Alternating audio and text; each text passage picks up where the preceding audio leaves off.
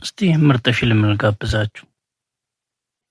ህፃናት ፍቅርን፣ ውዴታን፣ ሁሉም ነገር የሚያሳየው ይህ ስለ አንድ ልጅ ታሪክ ነው።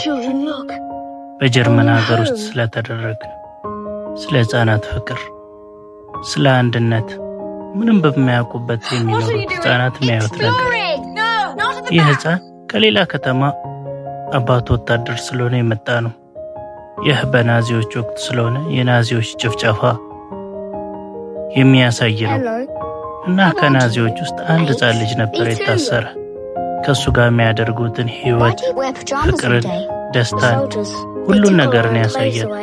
የናዚን ስቃይ፣ የህፃንነትን ንጹህነት፣ ሁሉንም እንድታዩ ለእናንተ ለውድ ተመልካቾቼ ችላችኋለሁ።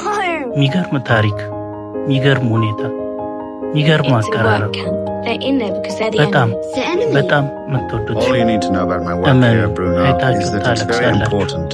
ካላለቅሳችሁ እኔ ተጠያቂ ነኝ። ህፃናት ምን ያህል ንጹህ እንደሆኑ የሚያሳይ ፊልም። ታሪኩን ሙሉን ባልገልጽላችሁ ግን ተወዱታላችሁ። ይህን የመሰለ ፊልም አይታችሁ ካልተደሰታችሁ ተጠያቂ አርጉ። ላይክ አርጉት፣ ሰብስክራይብ አርጉት። በደንብ በተለያዩ ፊልሞች እንገናኛለን። ፊልሙን ለማግኘት ከፈለጋችሁ እፈልጋለሁ ብላችሁ ጻፉልኝ። እንደወደዳችሁት ንገሩኝ። የሚገርም ፊልም